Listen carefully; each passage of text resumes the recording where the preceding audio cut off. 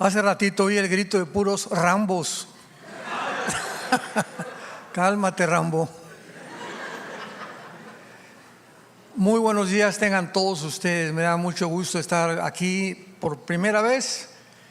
Y pues le agradezco al pastor Luis, a su esposa Cristiana, a sus hijos, el ministerio que están desarrollando, a Antonio Pliego también, y todo el grupo de líderes, músicos. Hay un cantante, ¿cómo se llamaba el cantante de ayer? Ricky, impresionante, ¿verdad? Un talento grandísimo. Y me da mucho gusto que todos ustedes puedan tener en esta mañana el amor por la verdad, el amor por la palabra de Dios. Y desde sus lugares levanten su Biblia. Nada más quiero ver. Todos ustedes se van a ir en el rapto. Y los demás, ahí nos vemos.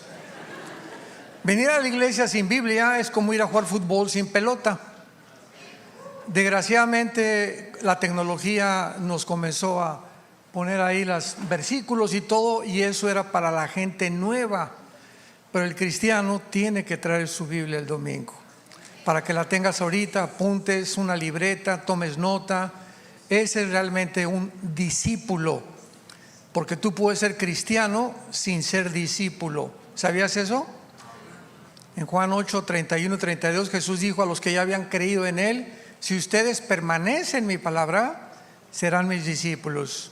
Entonces hay muchos cristianos que no son discípulos, o sea, no siguen a Jesús. Y seguir a Jesús es realmente ser cristiano, porque hemos sido llamados no solamente a creer, sino a seguirlo. Muy bien, pues abran sus Biblias, los que la traigan. Los que no la traigan, siéntense con un cristiano. Tan duras las pedradas, ¿verdad? La primera carta a los Tesalonicenses, capítulo 4. Primera de Tesalonicenses, capítulo 4.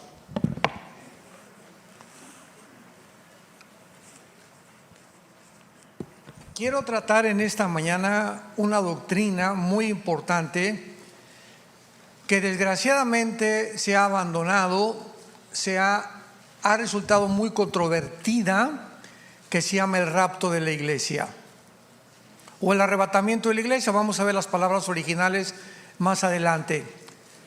Pero antes de entrar a la doctrina del rapto y leer los pasajes correspondientes, déjenme darles un poquito de historia. La Biblia es de carácter progresivo, o sea, la revelación que tuvieron los padres de la iglesia, Tertuliano, Jerónimo, etcétera, etcétera, no era la revelación que tuvieron los reformadores. Martín Lutero, Zwinglio, Juan Calvino, etcétera, etcétera, tuvieron más revelación ellos. Y mientras más vamos acercándonos al final de la consumación del programa de Dios, más luz vamos a tener los que vivimos en esta generación. Y esto es lógico, porque el plan de Dios hace 3 o 4 siglos era diferente al de ahora. Claro que siempre ha sido en estos casi 2000 años de historia la salvación de las almas mediante la predicación del Evangelio de la gracia de Jesucristo. Sin embargo, los métodos de Dios han sido diferentes. Ya no he vuelto a abrir el mar rojo. Dios no ha levantado otro Elías, otro Eliseo con los milagros impresionantes que ellos hicieron, etcétera, etcétera. Entonces, desde hace aproximadamente 150 años o 200 años se comenzó a abrir o a descubrir el rapto. Entonces mucha gente dice: es que los reformadores ya hace 500 años ni siquiera predicaban el rapto, porque Dios no lo consideró congruente. Pero ahora que estamos ya más cerca de este evento, es lógico que haya muchísima más información y que haya vuelto a resurgir otra vez algo que está en la Biblia. Porque cuando alguien me dice: oye, es que el rapto ni siquiera existe, le digo: pues entonces arranca las páginas de Primera de Tesalonicenses 4, de Primera de Corintios 15, de Primera de Tesalonicenses capítulo 1, del Evangelio de Juan capítulo 14, Porque si me dices que no está en la Biblia, no sé qué Biblia estás leyendo. Tal vez es la Biblia del Mormón. Pero la Biblia claramente nos muestra que viene un evento que está próximo. Puede ser ahorita saliendo, puede ser mañana, puede ser entre una semana, un año, no sabemos. Lo único que sabemos es que en un momento determinado millones de seres humanos vamos a desaparecer de la noche a la mañana, con todos los niños, ¿verdad? Menores de edad principalmente. Las cunas quedarán vacías, pilotos que chocarán los aviones porque el piloto desapareció, un congestionamiento de tráfico en las carreteras impresionante, de pilotos y de choferes desapareciendo, los hospitales como locos, los medios de comunicación como locos, buscando la manera de poder explicarle al mundo qué está sucediendo. Ahora, muy bien, esto explica también por qué la aparición de los famosos ovnis, o los objetos voladores no identificados. A partir de 1946, 2 años antes de que se independizara Israel, comenzó a publicarse con más frecuencia la aparición de un fenómeno en el aire que le pusieron el nombre de ovnis. Sin embargo, los cristianos tenemos otro nombre para este fenómeno, porque una vez me dijeron: oigan, ustedes los cristianos, ¿por qué no creen en los ovnis? Cuando hay astronautas, pilotos de aviones comerciales que confirman realmente que hay un fenómeno, que han visto objetos que rebasan la velocidad del Mach 2 o la velocidad del sonido, y que es algo que no puede ser tecnología de ninguna nación. Y yo les he contestado: nosotros no negamos este fenómeno. Se acaba de debatir hace algunos meses en el Senado de Estados Unidos, entre senadores interrogando a pilotos y a personas de integridad, de que realmente dieron testimonio de que vieron ovnis o estos objetos. Pero nosotros le llamamos OVIs, objetos voladores identificados, porque aunque no negamos que existe el fenómeno, nosotros sabemos quién se encuentra detrás de este fenómeno. Y cuando estudiamos la Biblia, descubrimos que Satanás puede materializar la energía. Si te acuerdas, en Éxodo 12, cuando llegaron Moisés y Aarón con el faraón, aventaron las varas y algo que es completamente físico se convirtió en culebras. Y los brujos hicieron lo mismo. O sea, Satanás puede hacer que este púlpito comience a levantarse, a aparecer un perro. Tiene un poder extraordinario, hacer que suenen las cadenas arriba de tu casa, que oigas voces que no sabes de dónde vienen.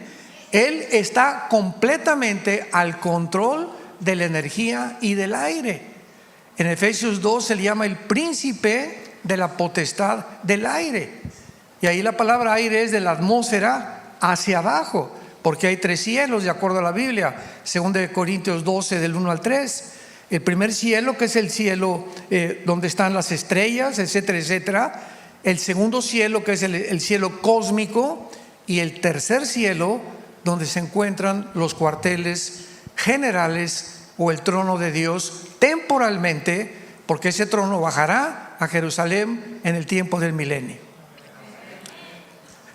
Entonces estamos con un libro maravilloso que se llama la Biblia, que contiene los registros más antiguos de geografía, historia, antropología, paleontología, química, matemáticas, biología y de cualquier disciplina académica que me quieran mencionar. De los billones de volúmenes de literatura que existen en el mundo, no existe un libro semejante a la Biblia. Contiene 66 libros y de una forma sobrenatural convergen los 66 libros, y desde el Génesis hasta el Apocalipsis, 40 hombres que fueron los escritores de la Biblia. Unos fueron pescadores, otros rancheros, otros secretarios de Estado, otros comerciantes. Ninguno de estos hombres, la mayoría, se conocía. Y lo que ellos escribieron coincide de una forma sobrenatural, porque desde el Génesis hasta el Apocalipsis se encuentra un mensaje: el Mesías y la sangre de Jesucristo.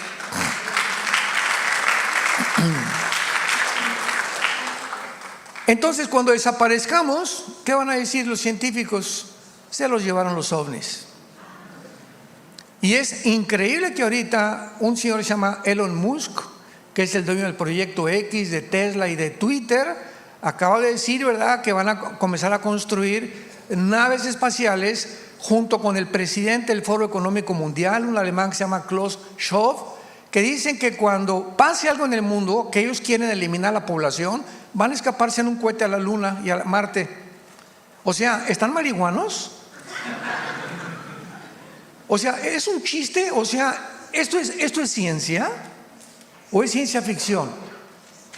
Ya está demostrado cuando Einstein le dijo al presidente Truman hace muchos años, la conquista del espacio es imposible por dos razones: por la velocidad, porque el sonido viaja, ¿verdad?, y la luz a 300,000 kilómetros por segundo, y por el tiempo. Si tú te vas a Marte ahorita en un cohete y regresas a México o aquí a Texas, tu esposa tiene 40 años, tú te fuiste 43 años, cuando tú regresas tu esposa tiene 50. ¿Por qué dijeron amén los hombres? Lo estoy oyendo, porque el tiempo no existe igual que aquí en la tierra. O sea, son cosas que los mismos astrónomos lo conocen y sin embargo lo niegan y juegan con la ciencia como si fuera matatena o canicas, cuando realmente no es ciencia, es ciencia ficción. Así que es imposible que pueda haber ni en la Luna, ni en Marte, ni en la atmósfera, ni en el agua que tengamos nosotros. Imagínense luna de miel en Marte. ¿Quién se quiere de luna de miel a Marte? No vas a poder ni besar a tu esposa. Yo prefiero Cancún 1000 veces, ¿verdad? Bueno, vamos a dar lectura a Primera de Tesalonicenses capítulo 4, versículo 13 al 18, y después procederemos a explicarlo versículo por versículo. Y dice así: tampoco queremos, hermanos, que ignoren acerca de los que duermen, para que no se entristezcan como los otros, que no tienen esperanza. Porque si creemos que Jesús murió y resucitó, así también traerá Dios con Jesús a los que durmieron en él. Por lo cual os decimos esto en palabra del Señor, que nosotros que vivimos, que habremos quedado hasta la venida del Señor, no precederemos a los que durmieron, porque el Señor mismo, con voz de mando, con voz de arcángel y con trompeta de Dios, descenderá del cielo, y los muertos en Cristo resucitarán primero. Luego nosotros, los que vivimos, los que hayamos quedado, seremos arrebatados juntamente con ellos en las nubes para recibir al Señor en el aire, y así estaremos siempre con el Señor. Por tanto, pónganse tristes, dice, porque viene el anticristo. Por lo tanto, ante esta noticia, alentémonos unos a otros con estas palabras. Cuando Pablo escribe esta carta, no había el conocimiento de la muerte o de lo que había detrás de la muerte para los cristianos. En el Antiguo Testamento, lo único que se sabía en el Antiguo Testamento era que todos los muertos, tanto los buenos como los malos, descendían a un lugar que se llamaba el Sheol, que es una palabra hebrea que significa el lugar de la sepultura o el lugar de los muertos. Es todo lo que sabían. Sin embargo, cuando Cristo es crucificado y es puesto en su tumba durante 3 días, en esos 3 días que Jesús estuvo en la tumba, dice Primera de Pedro capítulo 3, que descendió en su espíritu al Sheol. Y entonces Cristo explica, antes de que fuera muerto, lo vamos a ver en el Evangelio de Lucas, que ese lugar llamado Sheol estaba dividido en 2 partes. Toda esta información no se conocía en el Antiguo Testamento. Entonces, en esta historia, que no es parábola, En una parábola no hay nombres propios. Y en esta historia Cristo claramente, es más, vayamos a Lucas rápidamente para verlo. Capítulo 16, versículo 19 al 31. En esta historia, repito, no es parábola, porque hay nombres propios como Abraham. Cristo dice que mueren dos personas, el rico y Lázaro, que era un mendigo, y de repente el rico se encontraba que era un hombre no por tener dinero, porque el dinero no es pecado, el pecado es amar el dinero, ¿verdad? Entonces se encontraba por lo miserable, ambicioso, explotador de los pobres, se fue al infierno. Y esta parte del infierno se le llama en el hebreo Gena, si lo quieres apuntar con G-H-N, Gena.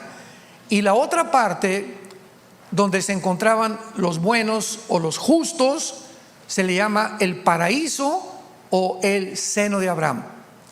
Entonces todos descendían ahí, pero unos de un lado y otros de otro lado. Esto lo revela Jesucristo, porque es el único que descendió a ese lugar.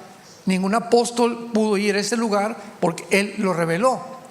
Entonces, cuando Cristo resucita, baja antes al Sheol o al Hades, que es la transliteración de la palabra Sheol al griego. Cuando se tradujo del hebreo al griego en la Biblia, el Antiguo Testamento se tradujo el Sheol Hades o Hades con H. Entonces Jesús baja al Hades, al centro de la tierra, y se lleva a todos los que estaban desde Adán hasta su muerte, los saca de ahí y se los lleva al cielo. Nadie podía entrar al cielo antes de Cristo porque su sangre no había sido presentada en el altar del tercer cielo. No podía haber un perdón total. En el Antiguo Testamento los pecados eran cubiertos, pero no eran borrados. Haz de cuenta que yo tengo una mancha aquí en mi camisa de tinta. ¿Y qué hago cuando me la tapo? Pues ahí está la mancha, ¿verdad? Pero solamente está cubierta, no está borrada. Entonces hasta que mi camisa se saca y la meten a la lavadora, se le quita la mancha. Entonces en el Antiguo Testamento la mancha la tenían todos antes de Cristo. Solamente los sacrificios de los animales les cubrían temporalmente la mancha, pero el pecado no había sido removido, no había sido quitado del medio. Muere Cristo y Él no nos tapa, Él nos lava completamente.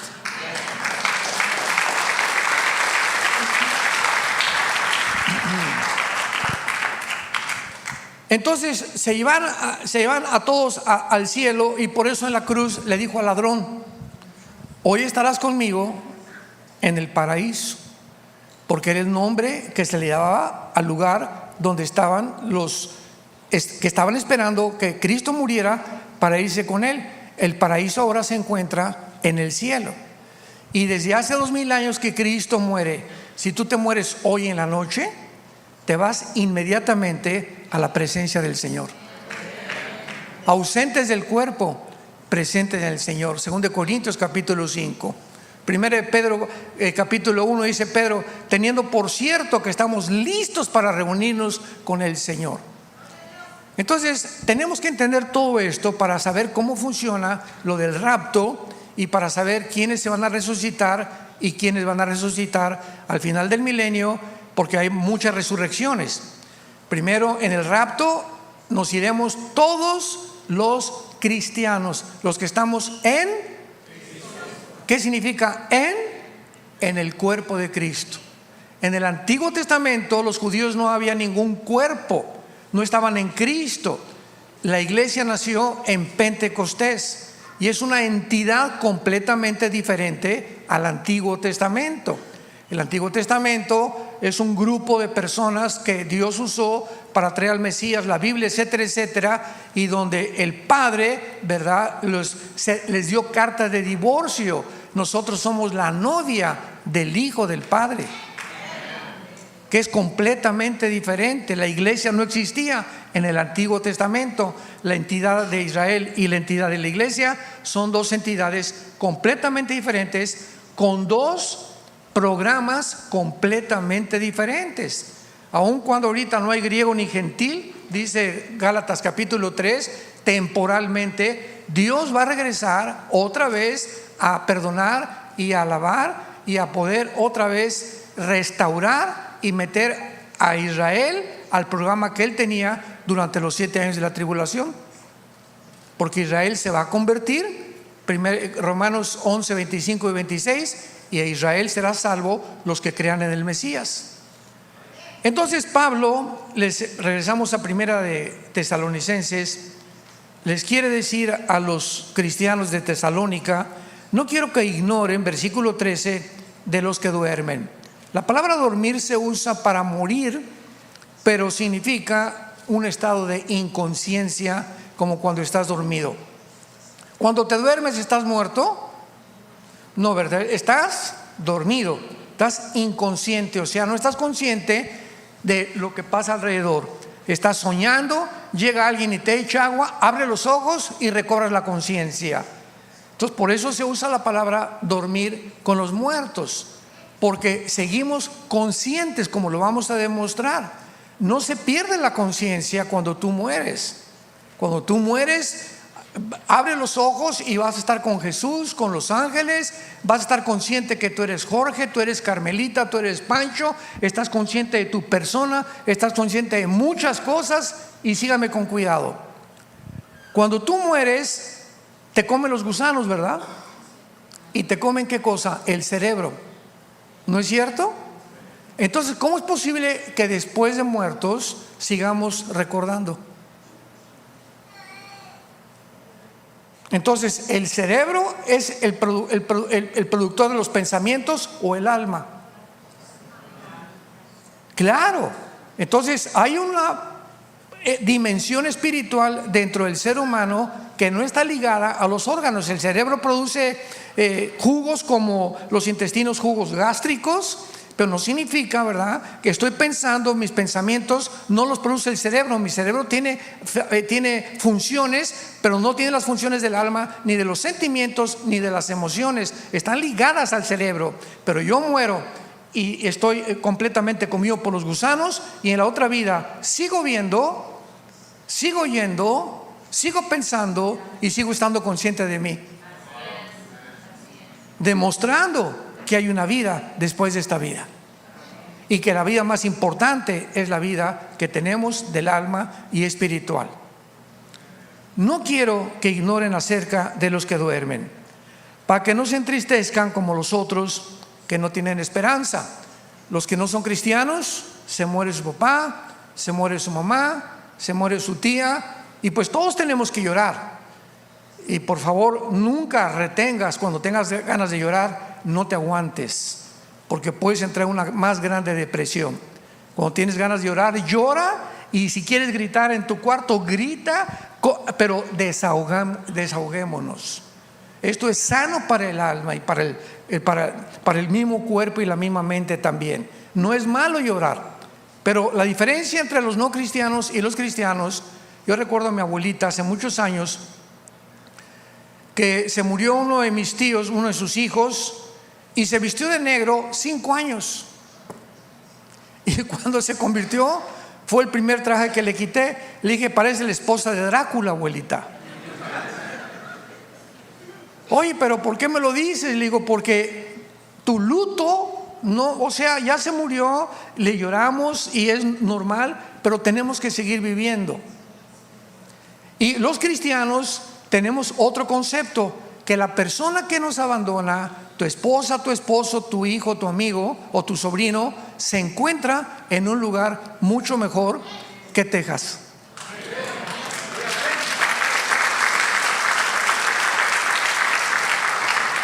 Solo ese pensamiento. Por eso dice: si creemos que Cristo resucitó. ¿Ya vieron el sí condicional? Si creemos que Jesús resucitó. Entonces, si realmente creemos que hay resurrección, sabemos que ya, como una vez me hablaron a la 1 de la mañana: oiga, pastor, mi mamá, mi abuela se está muriendo. ¿Y qué edad tiene su abuelita? Pues 92 años. Le dije: pues ya déjala que se pinten. ¿Para qué quieren que siga la viejita en su silla de ruedas sufriendo con todos nosotros? El morir para nosotros es la esperanza más grande que tenemos de abandonar el cuerpo. Ya no hay lágrimas, no hay nada. Nos vamos a un lugar muchísimo mejor. Entonces, ¿por qué queremos a fuerza que se queden con nosotros? Bueno, es el instinto de sobrevivencia, ¿verdad? Y todos quisiéramos que nuestros seres queridos se quedaran con nosotros, pero cuando mueren, que esos pensamientos embarguen tu mente y tu corazón. Mi papá, mi mamá se encuentra mucho mejor. Ya con eso me consuelo. Me voy a imaginar que está mejor que en Hawái, está mejor que en Cancún, está mejor que en la Riviera Francesa, está en un lugar de descanso. Ya con eso, Señor, gracias Padre Santo, y comenzamos a reconfortar nuestra vida y a seguir viviendo. Esta es la esperanza por la cual Pablo les dice: porque para que tengan esperanza como los otros que no la tienen. Versículo 15. Porque si creemos que Jesús murió y resucitó, versículo 14, perdón, así también traerá con Jesús a los que durmieron en Él. ¿Qué significa esto? Solamente los cristianos nos vamos en el rapto desde Pentecostés hasta nuestros días. Todos los judíos que murieron antes de Pentecostés, y todos ellos van a resucitar después del milenio. Daniel 12 del 1 al 3. O algunos en la segunda venida de Cristo. Pero el arrebatamiento es para la iglesia, los que formamos parte del cuerpo de Jesucristo. Y por eso después hay otra resurrección, los 144,000 judíos, los 2 testigos. Va a haber muchas resurrecciones después, pero todos aquellos que formamos parte de la primera resurrección, que tiene subdivisiones, somos los justos. Y solamente hay una resurrección para los no cristianos: el juicio del gran trono blanco, Apocalipsis 20 del 11 al 15, que es la resurrección final, donde Dios abrirá los libros y te demostrará por qué Él no te mandó al infierno. Como me dijo una viejita un día: ay, pastor, Dios es tan bueno y tan misericordioso, y yo no creo que mande a nadie al infierno. Le dije: amén, amén, amén, doña Chencha. Dios no manda a nadie al infierno, ellos se van solitos. Porque de tal manera amó Dios al mundo, que Dios nos dio a su Hijo unigénito. Dios nos dio la sangre de su Hijo, nos dio la Biblia, nos dio el Espíritu Santo, para que nadie se condene. Si tú te condenas, no le eches la culpa a Dios. Él quiso que tú te salvaras, pero tú decidiste en la corta vida que Dios nos dio, el camino que tú estás viviendo, y tú mismo te vas a condenar. Porque el pecado, la paga del pecado es la muerte. Ahora vayamos a 1 Corintios 15, antes de seguir en Tesalonicenses, y veamos con más claridad esta doctrina del rapto de la iglesia. A los que les interese la palabra arrebatamiento, es la palabra arpazo en el griego. Arpazo, como el arpazo de un tigre o de un león, como con Z. Es la palabra griega que significa ser quitado de en medio súbitamente o con fuerza. A los que les interese escribir la definición de la palabra. Ahora, en el latín es raptarus. Por eso arrebatamiento o rapto son sinónimos y se puede usar de las dos formas. Dice Pablo en 1 Corintios 15 versículo 51: he aquí os digo un misterio, no todos dormiremos, pero todos seremos transformados en un momento, en un abrir y cerrar de ojos, a la final trompeta, porque se tocará la trompeta y los muertos serán resucitados incorruptibles y nosotros seremos transformados. Vean ustedes que Pablo inicia describiendo que el rapto era un misterio. Y cuando Pablo dice, les digo un misterio, fue al apóstol Pablo, no fue a Juan, ni a Santiago, ni a Pedro, ni a ningún apóstol a quien el Espíritu Santo le reveló la doctrina del rapto, más que al apóstol Pablo. A él se le reveló esta doctrina. Y en el Antiguo Testamento un misterio es algo que no ha sido revelado. Y cuando dice Pablo, he aquí les digo un misterio, significa que el rapto no estaba revelado en el Antiguo Testamento.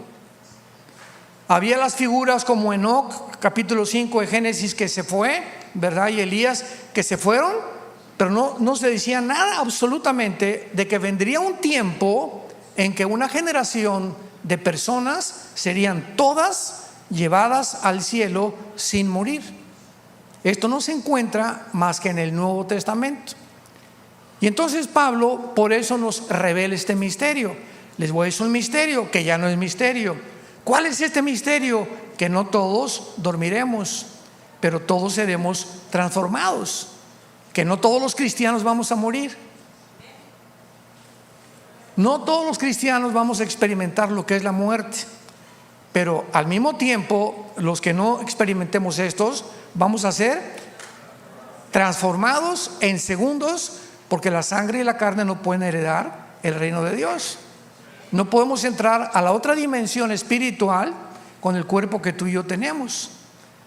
Tenemos que entrar con otro cuerpo que se adapte a las leyes del espíritu, que no son las leyes actualmente que rigen el cuerpo humano. Por eso los ángeles que viven en esta dimensión vienen a la tierra y comen con nosotros, hasta cabrito comen, creo que era de Monterrey. Caminan entre nosotros, se mezclan entre nosotros y de repente desaparecen. Tienen la facultad de entrar a nuestra dimensión y desaparecer en nuestra dimensión a voluntad. Pueden atravesar paredes y pueden atravesar la materia molecular sin ningún problema, cosa que nosotros no podemos. Porque dice 1 Corintios 15 que hay cuerpos espirituales y hay cuerpos físicos. Entonces los ángeles tienen cuerpos completamente diferentes a los nuestros y nosotros tendremos esos cuerpos cuando resucitemos. Entonces este misterio que Pablo dice, no todos vamos a morir, pero todos vamos a ser transformados. En un momento, en un abrir y cerrar de ojos, o sea, en las milésimas de segundo, de repente, a la final trompeta. Muchos habían dicho que esta final trompeta era la séptima trompeta, Apocalipsis 15, de los juicios de Dios. Sin embargo, las trompetas del Apocalipsis son de juicio. Y cuando nosotros recurrimos al Antiguo Testamento, a las fiestas judías, recordamos que hay 7 fiestas judías, ¿se acuerdan? Y 4 de esas fiestas ya fueron cumplidas y se tienen que cumplir las 7. Porque las fiestas judías no son de Israel, son fiestas de Jehová, que Dios se las da al pueblo, no son del pueblo. Dios se las da al pueblo para esconder detrás de ellas a su Hijo Jesucristo. La primera fiesta, Pascua, ¿verdad? En Éxodo 12, que recuerda cuando el ángel de la muerte pasó y fueron perdonados los que estaban bajo la sangre. Fue la primera fiesta que Cristo cumplió. La segunda, los panes sin levadura. La tercera, los primeros frutos. Cuando resucita Cristo, Él fue el primer fruto de una gran cosecha. Y la cuarta, Pentecostés, 50 días después de la resurrección. La palabra Pentecostés significa 50. ¿Cuántas faltan? Falta la de las trompetas, Rosh Hashanah, falta Yom Kippur, la de la expiación, y Sukkot, o los tabernáculos. ¿Correcto? Muy bien. La mayor parte ahorita dentro de la escatología coinciden muchos maestros en que es posible, no se conoce el día y la hora, pero podemos conocer el tiempo. Entonces es posible que alrededor de la fiesta de las trompetas sea el arrebatamiento de la iglesia.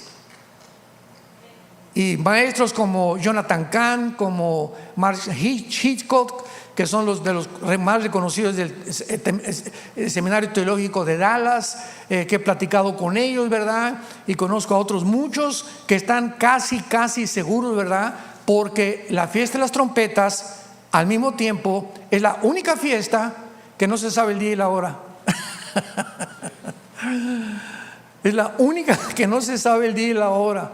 No se sabe exactamente en qué día, en qué hora, aunque sabe que es al principio del Tishri, del mes de hebreo. Sin embargo, tiene que pasar 1 o 2 días para que anuncien de acuerdo a la luna y toquen la trompeta o el shofar. Entonces, si esa fiesta tiene que cumplirse antes de Yom Kippur, que es la tribulación, el arrepentimiento del pueblo de Israel, es lógico, ¿verdad?, que se asuma que hay un alto porcentaje de probabilidades que tal vez sea entre septiembre y octubre cuando nos vayamos. Ahora septiembre y octubre estamos todos, ¿verdad?, casi ya seguros, ya Señor, ya nos vamos. Yo ya estaba, Señor, como dice Lucas, oren para que seamos tenidos por dignos de escapar. Y es cuando más, como no sabemos, es más cercano, hay que orar. Tal vez, a lo mejor Dios, no sé, ¿verdad?, pero lo más seguro es que sí, en la fiesta de las trompetas. Por eso Jesús, y además falta la 100ª trompeta. Se tocaban 100 trompetas en la fiesta del Rosh Hashanah, de las trompetas en el libro de los números, y las trompetas se tocaban para reunir al pueblo. Y la trompeta se va a tocar cuando venga Cristo para reunirnos a nosotros con Él. Por lo que no puede ser para juicio, ¿verdad? Y los muertos, todos van a resucitar incorruptibles.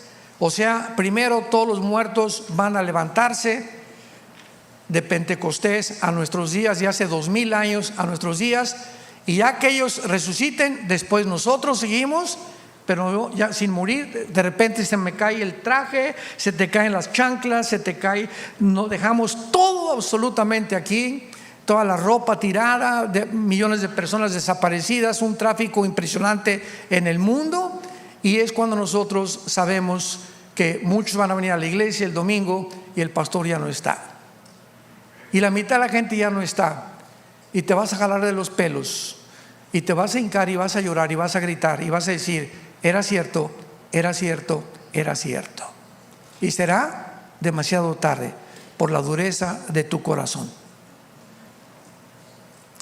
Regresamos a Tesalonicenses, y Pablo continúa diciendo en el versículo 15 que lo que nos está diciendo es en la palabra del Señor, que nosotros que vivimos, que habremos quedado, no precederemos a los que durmieron. O sea, no vamos a ser antes de los que ya están muertos, porque el Señor mismo, con voz de mando, o sea, Jesucristo mismo, va a descender del cielo y lo va a acompañar Miguel, el arcángel, que es el más grande arcángel de Dios, con millones de ángeles junto con Jesús. Imaginémonos qué espectáculo vamos a tener, ¿no? Y esto nadie lo va a ver más que nosotros, nadie. Y con trompeta de Dios se oirá tú, y solamente lo vamos a oír nosotros también. Y entonces Jesús descenderá del cielo sin tocar la tierra.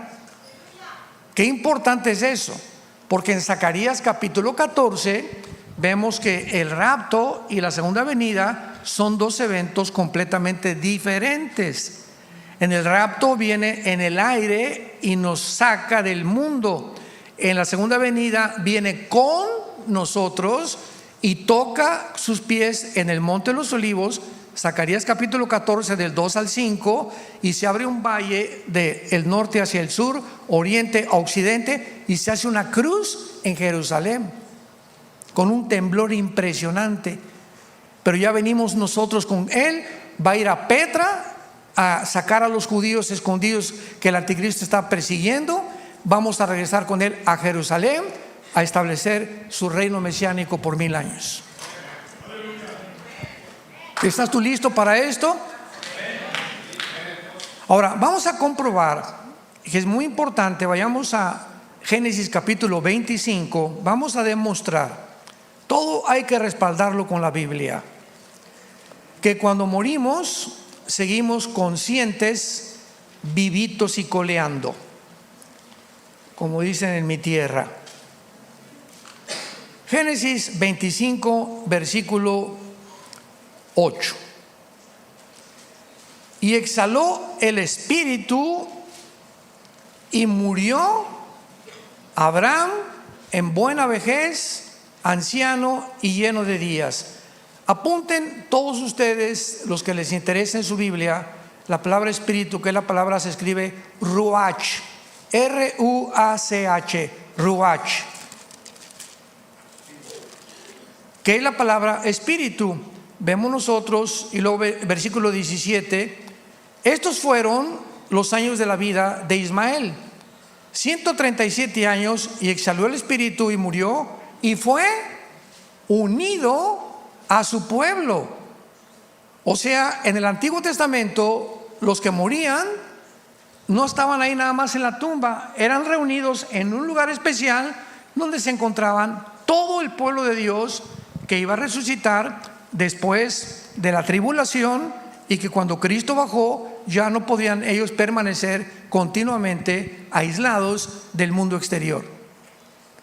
Ahora vayamos a Apocalipsis capítulo 6 y veamos otro ejemplo de personas que murieron como mártires y que se encuentran en la otra vida conscientes de quiénes son.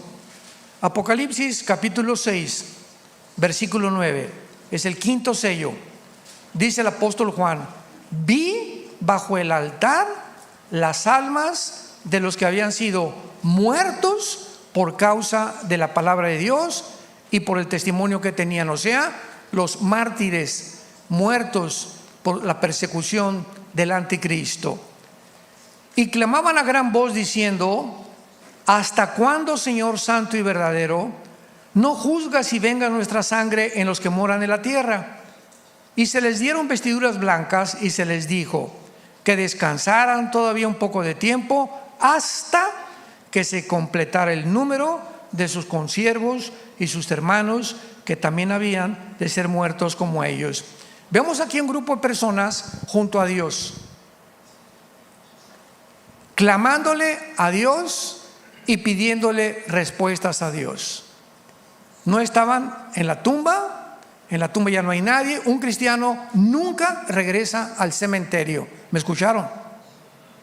Ahora viene el Día de Muertos próximamente. Hay un chiste que el Día de Muertos, ¿verdad?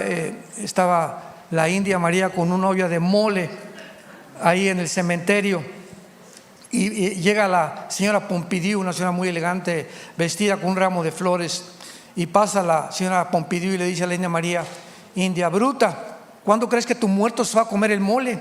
Y le contesta la India María: ¿cuándo venga el suyo por las flores? O sea, tanto los ignorantes como los muy ricos o los muy cultos están igual de tontos.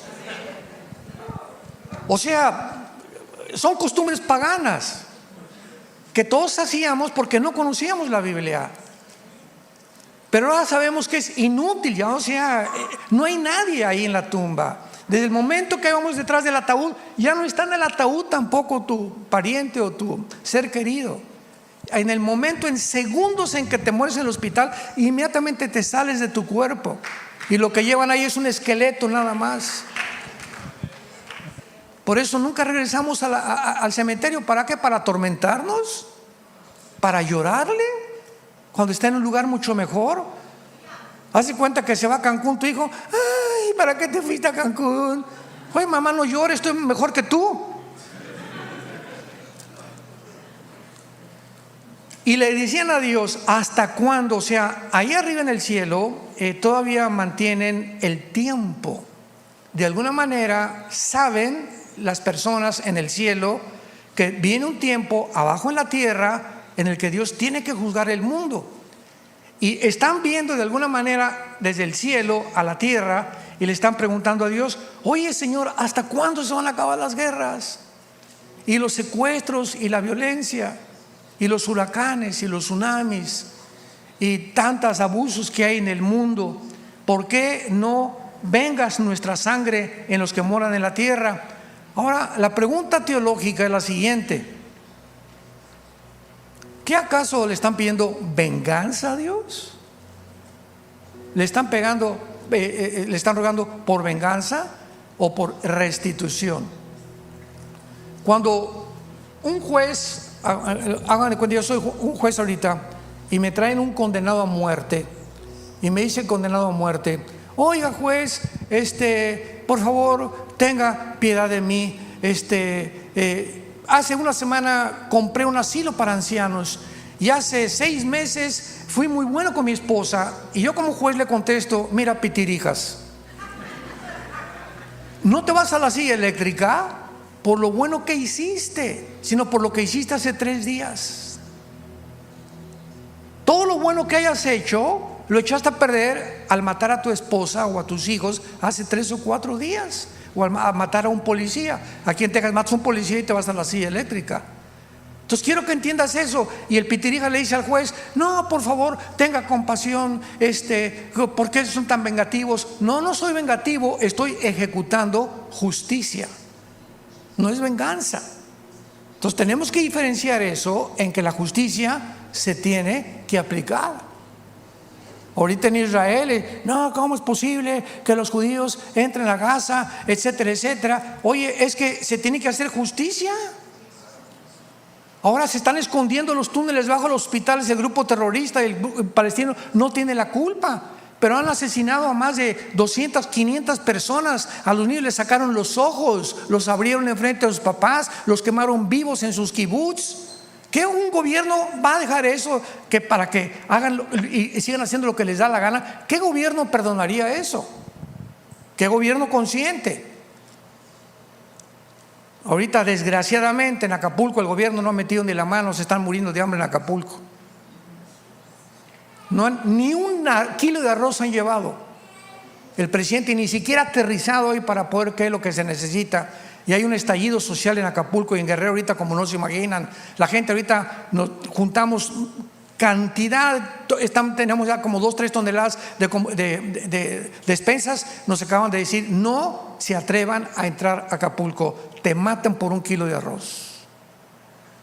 Todos los centros comerciales los saquearon refrigeradores, televisiones, camas, no hay Oxxos, no hay comercios, no hay los Walmarts, los vaciaron completamente. Las gasolineras rompieron las bombas y están sacando y bombeando toda la gasolina.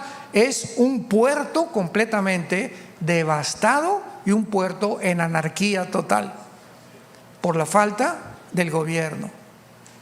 Desgraciadamente en nuestra tierra eso es lo que pasa muchas veces.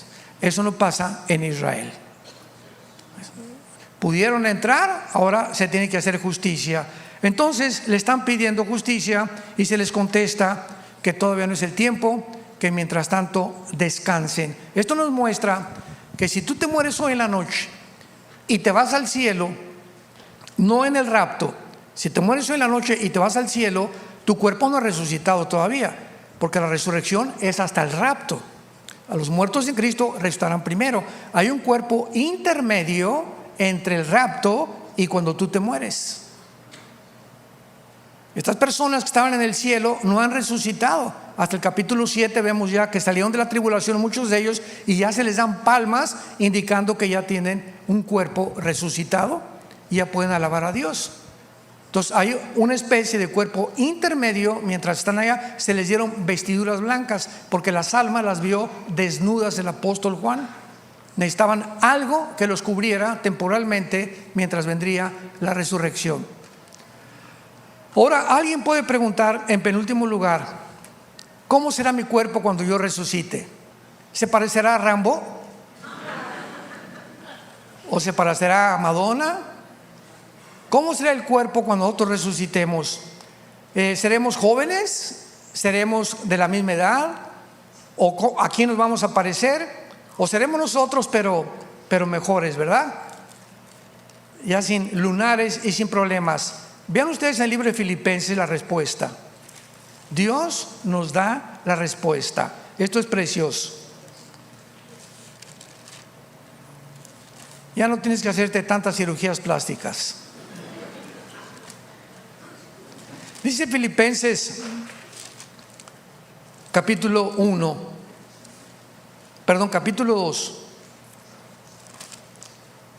capítulo 3. Ya ves, seguimos siendo muy imperfectos.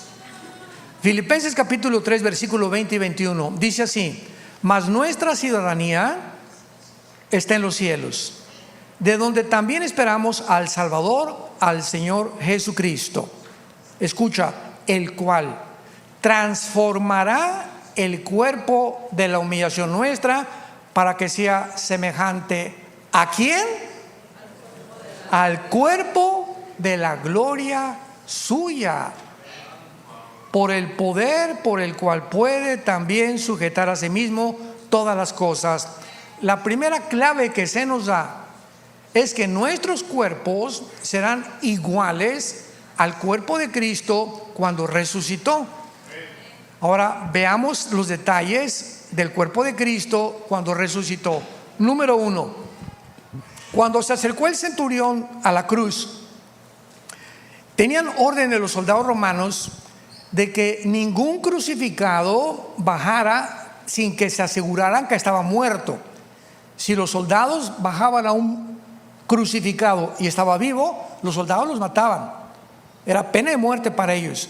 Entonces lo que hacían los soldados era con un garrote romperles los meniscos, las rodillas, para que si no estaban muertos o estaban medio moribundos, se aflojara el cuerpo y murieran por asfixia. En 30 segundos, si no estaban muertos, se morían. Pero estaba escrito en el libro de Deuteronomio que al Mesías no le iban a romper los huesos.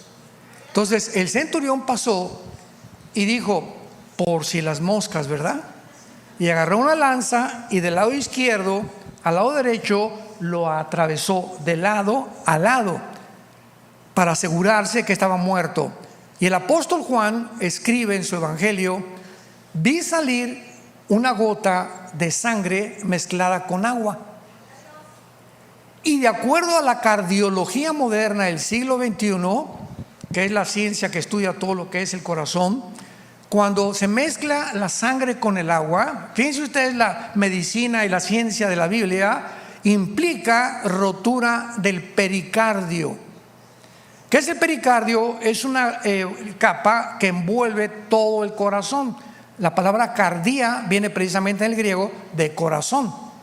Entonces cuando sale una gota mezcla con sangre, implica sin ninguna duda alguna, ¿verdad?, que Jesús murió en la cruz. No como inventan que lo bajaron y que después no había muerto, etcétera, etcétera. Ahora muy bien, Cristo, número 1, su cuerpo ya no tenía ni una gota de sangre. Mientras tú tienes este cuerpo que tú tienes y yo tengo este cuerpo, lo que le da vida a nuestro cuerpo es la sangre, porque la vida de la carne está en la sangre. Y hasta el siglo pasado descubrieron que la circulación de la sangre de los pies a la cabeza es la que lleva todas las vitaminas y los minerales al cuerpo. Todo lo que te comes circula por todo tu cuerpo. Y la sangre ahorita te haces una biometría hemática en un laboratorio y sale si tienes cáncer, si tienes diabetes, si tienes lo que sea, se detecta ya en la sangre. Lo interesante del caso es que no vamos a tener ya sangre, pero al mismo tiempo que no vamos a tener sangre, Cristo ya resucitado en el camino de Emaús, iba caminando con uno de los discípulos y les preguntó en el Evangelio de Lucas: ¿por qué están tristes? Bueno, porque dicen que el Mesías, etcétera, etcétera. Y ellos se sientan a comer pez y miel. Y Cristo, con un cuerpo sin sangre, come pescado y miel. Come pescado y miel. O sea, nuestros cuerpos vamos a seguir comiendo. Los gorditos están contentos, ¿verdad? Es increíble esto, ¿verdad? Entonces vamos a tener un cuerpo sin sangre, pero también vamos a comer. Característica número 3. Los apóstoles se encierran en un cuarto porque estaban aterrorizados que los romanos los vinieran a crucificar también. Entonces había un hombre llamado Tomás el Dídimo, que había dicho: no, yo hasta que no toque con mis manos sus manos, y hasta que no toque sus manos su herida, no voy a creer. A mí no me digan que resucitó. Y mientras estaban en el cuarto los discípulos, Cristo atraviesa la pared. Característica número 3: nuestros cuerpos podrán materializarse y desmaterializarse a voluntad. Ojalá que lo estén apuntando todos.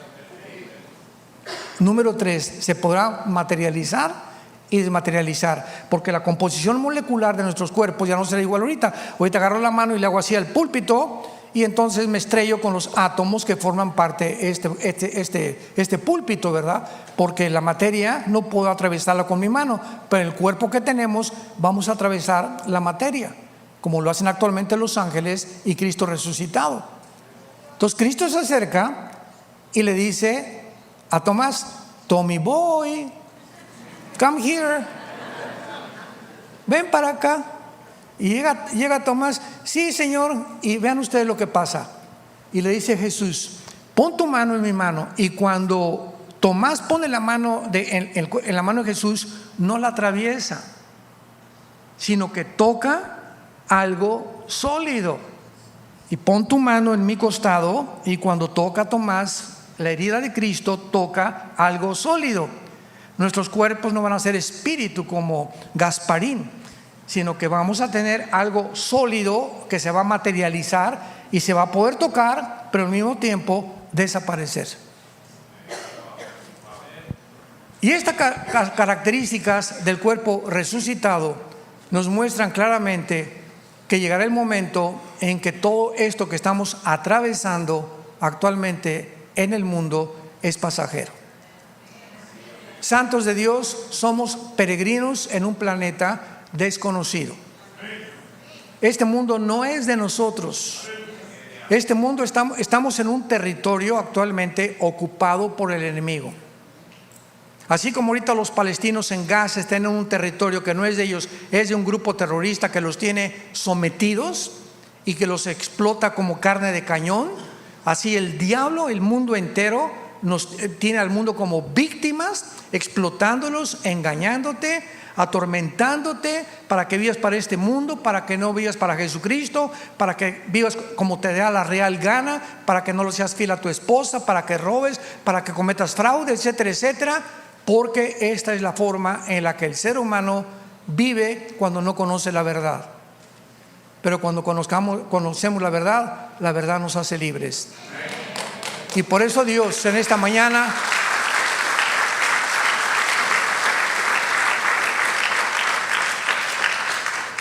Dios no te pide ni te sugiere, Dios te ordena que te arrepientas de tus pecados.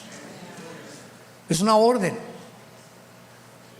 No te está pidiendo tu opinión, te está diciendo Dios: arrepiéntete de tu vida, porque hay caminos que parecen derechos y su fin es camino de muerte. Porque de tal manera amó Dios al mundo que dio a su Hijo unigénito. Escúchame, Dios te ama. Tus pecados te impiden acercarte a Dios. Mas Dios muestra su amor para con nosotros en que, siendo pecadores, Cristo murió por nosotros.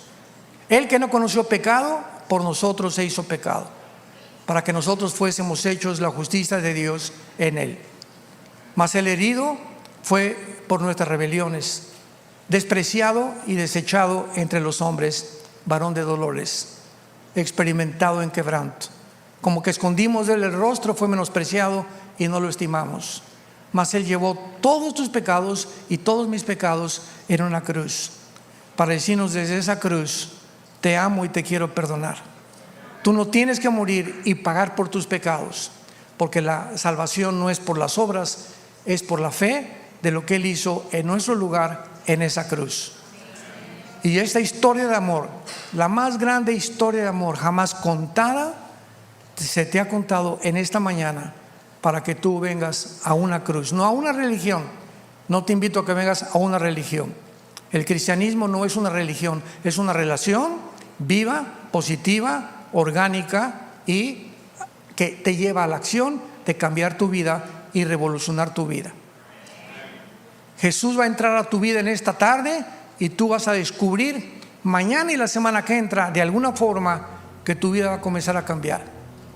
Y cuando tú lo hagas, nunca podrás estar tan agradecido con Dios de tan grande salvación. Inclina tu cabeza, y en esta mañana en la que Dios ha preparado tu corazón, No es una coincidencia que tú estés aquí esta mañana. Tú tenías una cita para oír la voz de Dios a través de la Biblia. Dios te ama y por eso te trajo esta mañana, para que detengas tu vida, para que no sigas viviendo como estás viviendo, perdido, sin rumbo, sin propósito ni sentido en tu corazón, confundido, confundida por el pecado y por la maldad que hay a nuestro alrededor. Ven a Jesús y conocerás la verdad, y la verdad te va a hacer libre. Él descendió como el pan del cielo para darnos vida. Cualquier agua que sigas viviendo, placeres, sexo, búsqueda de dinero, búsqueda de fama, popularidad, todo eso te va a dejar siempre vacío. Mas el agua